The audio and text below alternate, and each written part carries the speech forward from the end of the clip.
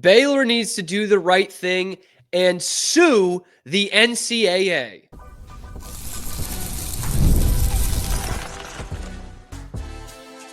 You are Locked On Baylor, your daily podcast on the Baylor Bears. Part of the Locked On Podcast Network, your team every day.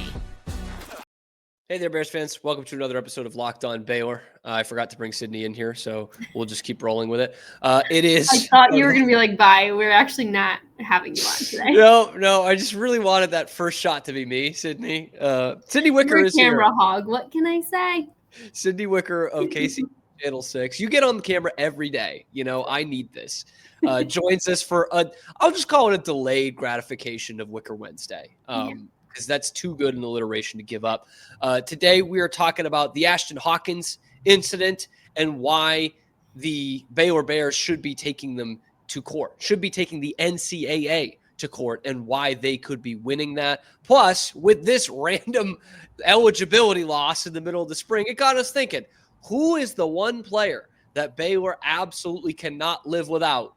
That's not named Sawyer Robertson. That's too easy. Plus, we'll talk about Baylor baseball and how they are one win away from something they haven't achieved in a while now, and why that could be a big step for the program. All that and more coming up on this episode of Locked On Baylor. So we've been over it so far, Sydney. Ashtyn Hawkins, in the middle of May, gets his eligibility taken away. Like, the NCAA grants him this waiver in January, I think it was. And they say, okay, all you JUCO guys are fine. Ashtyn Hawkins, you're coming back. That's a big news for Baylor. It's big news for Ashtyn. And everything goes by, right? The Senior Bowl goes by. The pro days go by. The combine goes by. The NFL draft goes by.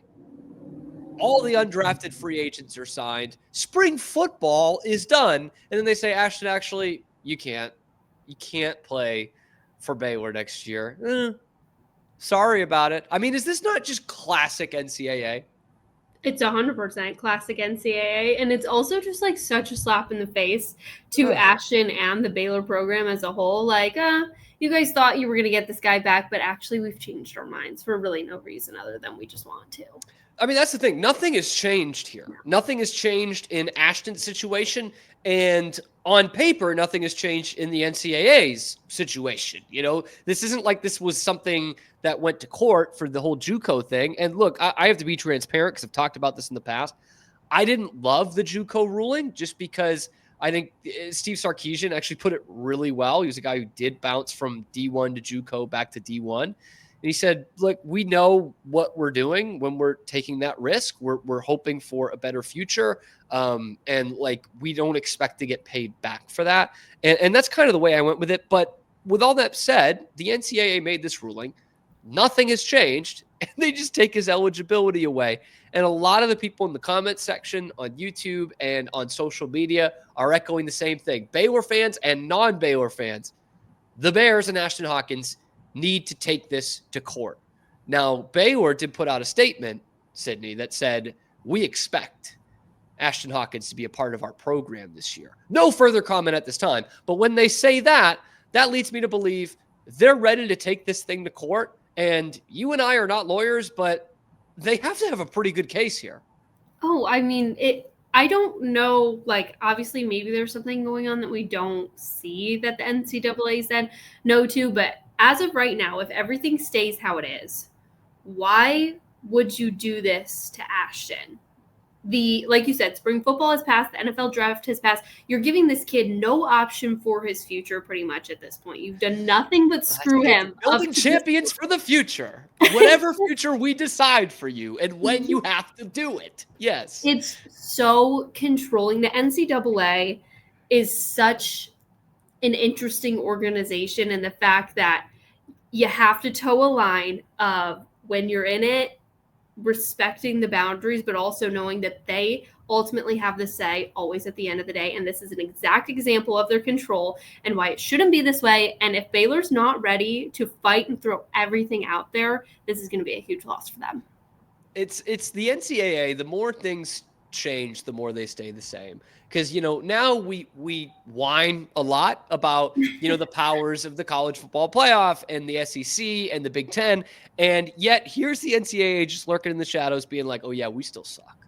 Okay. And this is not a political statement, but it does remind me of a clip from The Simpsons where they're looking, I believe it was at the Democratic National Convention, and they have signs that just say, we can't govern. We can't get out of our own way. That is the NCAA. They can't govern this thing. And again, you said it in there, and it's important to note, we don't know the situation here. As far as we know, there's nothing that made him academically ineligible. He didn't break any rules, wasn't arrested or anything like that. And yet here we are. So important to note here. The University of Illinois did a study. The NCAA, this was before the NIL era, which that's a whole nother ballgame when it comes to this. The NCAA was winning about 50% of their initial litigation. So student athletes versus NCAA, coin toss, half and half. But on appeals, they would win 70% of those.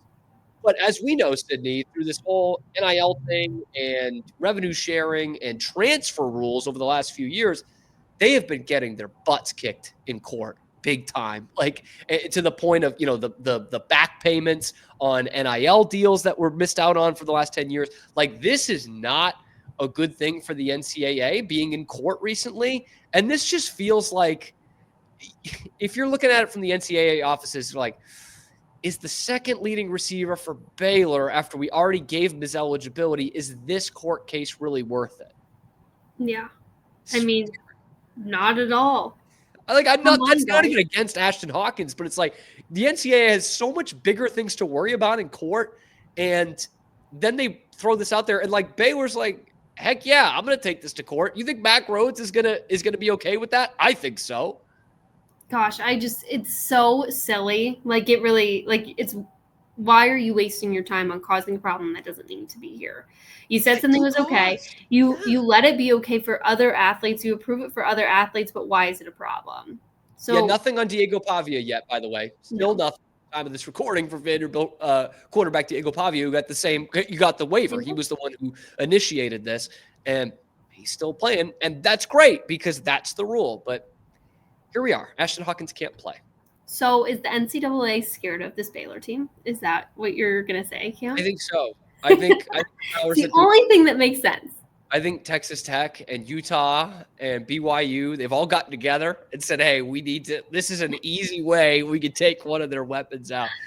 It stinks, man. But this is classic NCAA, just total Bush League. Everyone on the Big 12, at least from fan bases, are on the same side of how could you do this? And we will be searching for answers. But I know there have been some people that have been detractors of Mack Rhoades the last few years. I think it's silly. I'm a big Mack Rhoades fan.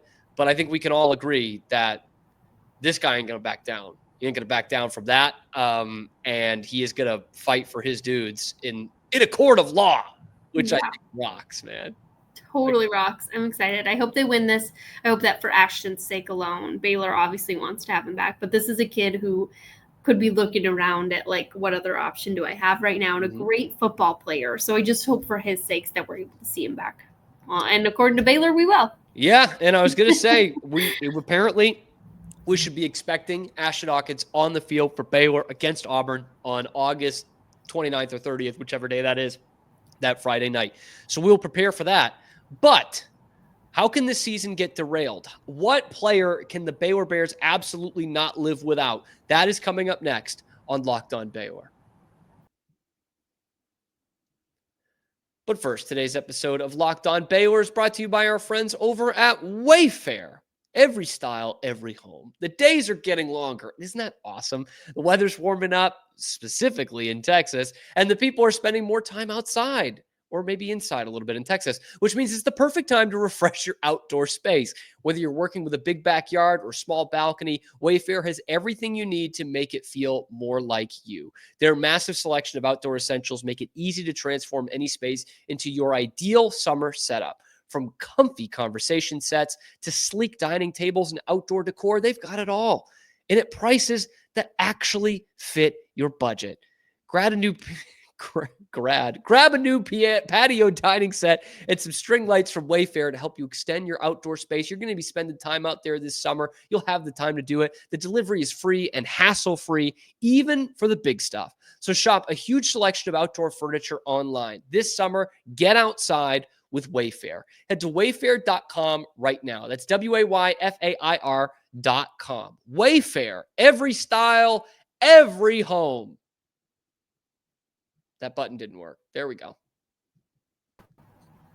Running it back. Locked on Baylor with some technical difficulties. Anyway, I'm Cam Stewart, ESPN Central Texas. Sydney Wicker joins, as she always does, on Wednesday/Thursday from KCEN Channel 6.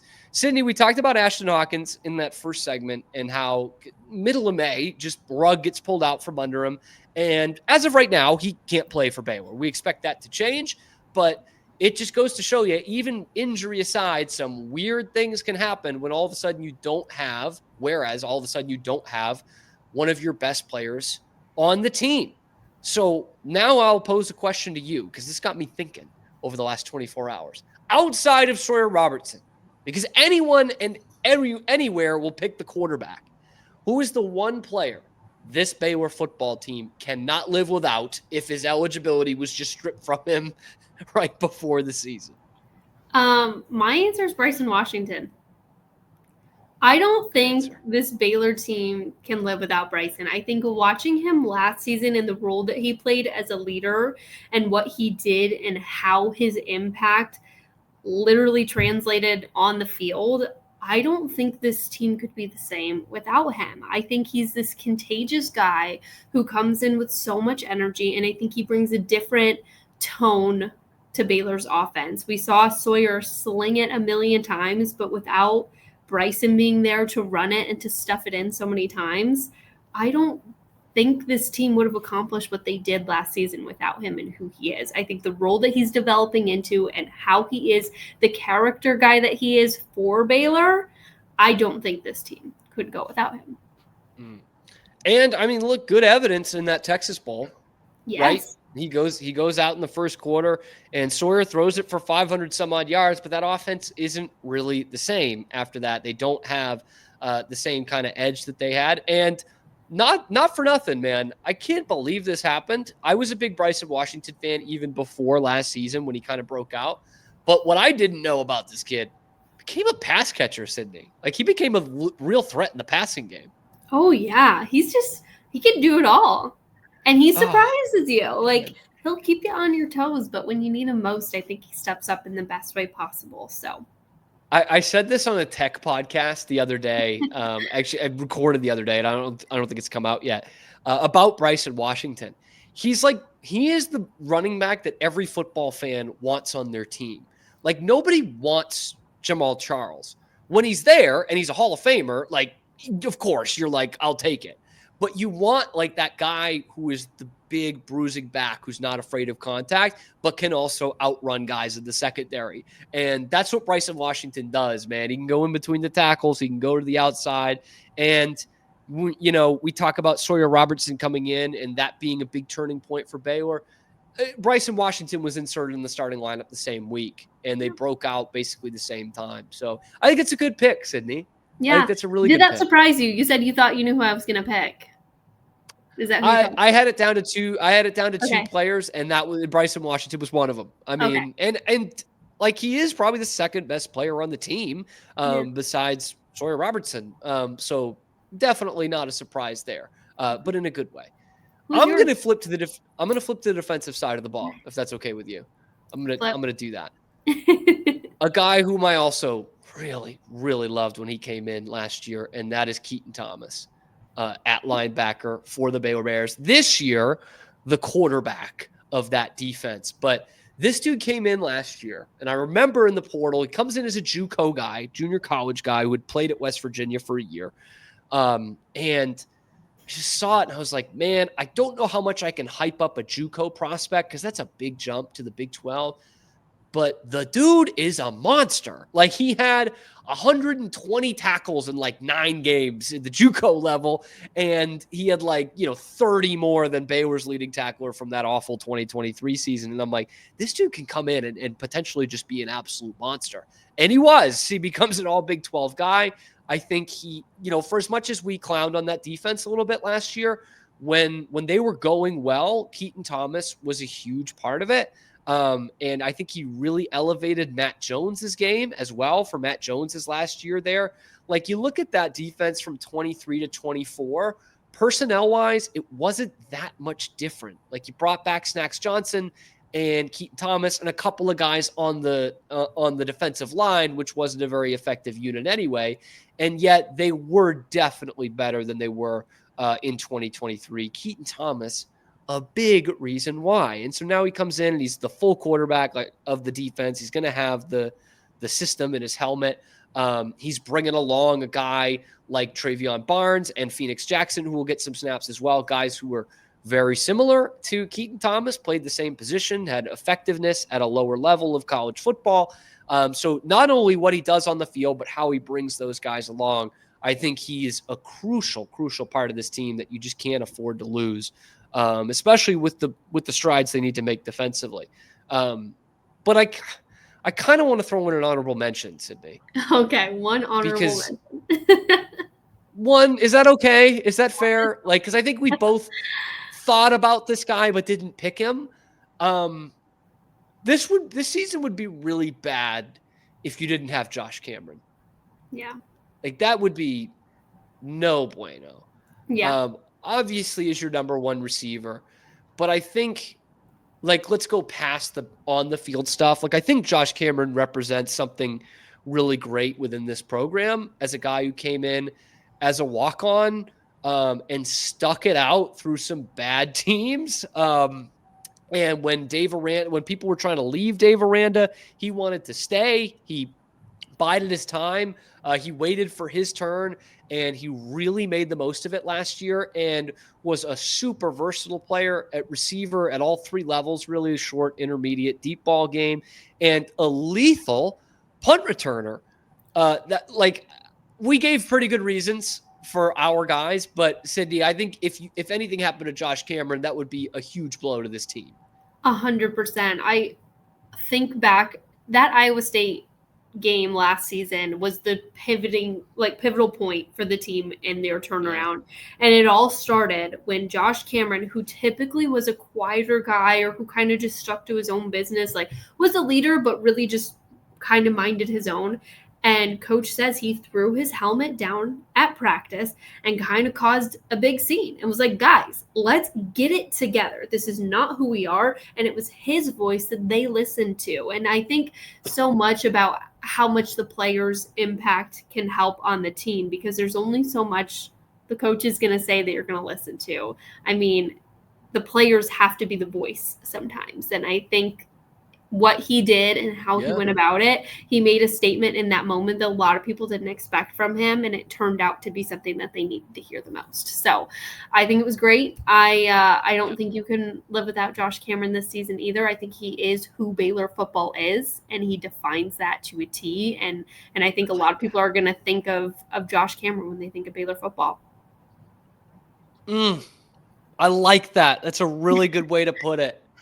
Truly. And it is, he is part of that group with Sawyer and Bryson Washington and Keaton Thomas, Matt Jones as well. He's not going to fit into it quite as much for what I'm about to say here, but from 23 to 24, they just clearly needed other guys to step up. And this truly isn't a knock on the guys who are already here at those positions, but it wasn't going right. They were 3-9 and then 2-4.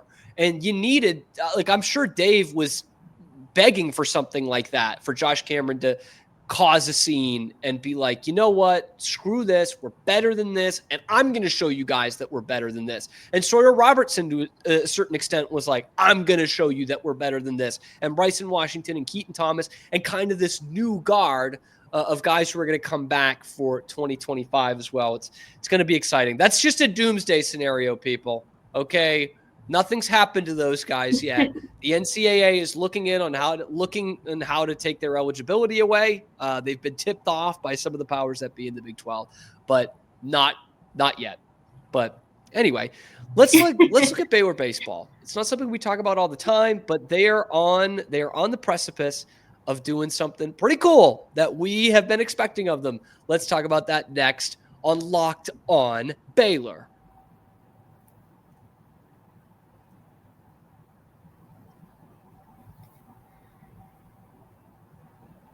Locked On Baylor, Cam Stewart of ESPN Central Texas, Sydney Wicker of KCEN Channel 6 on a Thursday today, rather than her normal Wicker Wednesday.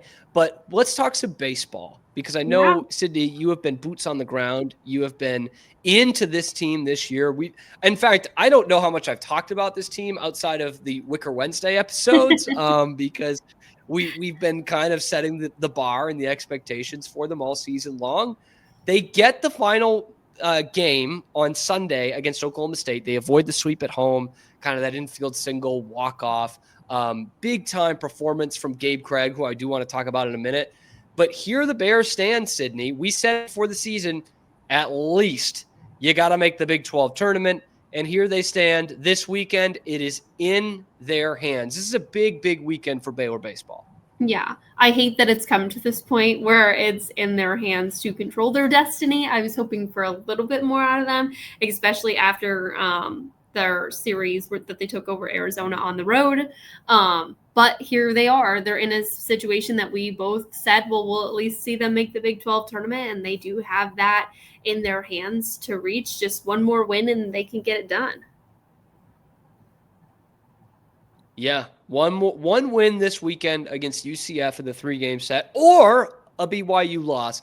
And I swear to God, if Baylor gets swept and it comes down to a Sunday or a Saturday BYU loss, that they're still in, but that would really not make you feel great.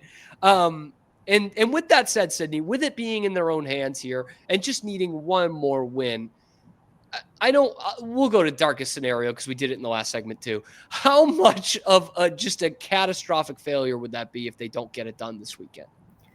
I think it would really sting. I think this team has been so close, but I think it would be a learning lesson that I hope they reevaluate. I mean, there's 15 seniors on this team. Like, how do you not get it done? I think it would be really embarrassing for this program if they don't. And then you might need to start talking about what changes need to be made in order to have a successful program. But this team has been so close, and something that frustrated me and I think would frustrate a lot of fans is the last couple weeks, the same thing that I've heard over and over from Mitch Thompson is they're this close, but they haven't put all the pieces together. Why are the pieces not together in May? Why? And when are they going to be together? Yeah. You have one more weekend to throw it all together. So come on now. Yeah. Let's put it together, finish the puzzle, and let's go to the Big 12 tournament. This team is capable. They've showed by the middle of May, it feels absolutely. By the middle of May, it feels like the wrong pieces at that point. But looking at this, you made a good point in there of the closeness of this team. We've heard it from all the people that surround this team, and it's just one of those classic sports things where you gotta do something first. You have to have some kind of winning first. And a win for this team would be making the Big 12 tournament. They haven't done that the last couple of years. And so they've got to do that first. And you need guys to step up. You need guys who want to come to this program and for those guys to step up. Now, may I introduce you then to a guy who checks off both of them? That's Gabe Craig, the closer for the Baylor Bears, probably the best closer in the Big 12 this year. He comes from JUCO at Tyler, and he has been big for them all season, but specifically on Sunday when they really needed that win, he goes a career-long 4 1/3 innings. He gets the win, big time for a game that goes to extras. That's classic, hey, we hadn't used him all weekend. We got to bring him in because we really need this game. And he goes as far as he can go. And I just feel like, Sydney, that might have been the turning point to get a performance like that from a veteran guy who knows his college baseball days, if not baseball days, are pretty numbered here. There's something about a guy who can take the responsibility of what's at hand and carry it personally and deliver, not just to do it and go out there, but to actually deliver what they needed in that moment is so huge. And I wasn't at that game, unfortunately. I was at game 2 on Saturday for a little bit, but my reporter Madison, she was out there and she was just like, what a game. She was so excited about it. So what a performance by him. I know you'd mentioned one of the best closers possibly in the Big 12, and just really that performance really sealed it for him in so many ways. And he has been absolutely nails all season long. 9 saves on the year. He's got an ERA of 0.61, which is pretty good. If you don't know, a whip of less or about a half of 1 is pretty incredible. A strikeout to walk ratio of 15-1 and 14 strikeouts per 9. That is good. And they're going to need it. They're going to need Gabe Craig in this stretch run, aka this last series, and hopefully into the Big 12 tournament if the Bears want to make some noise. They just got to set them up for some save situations.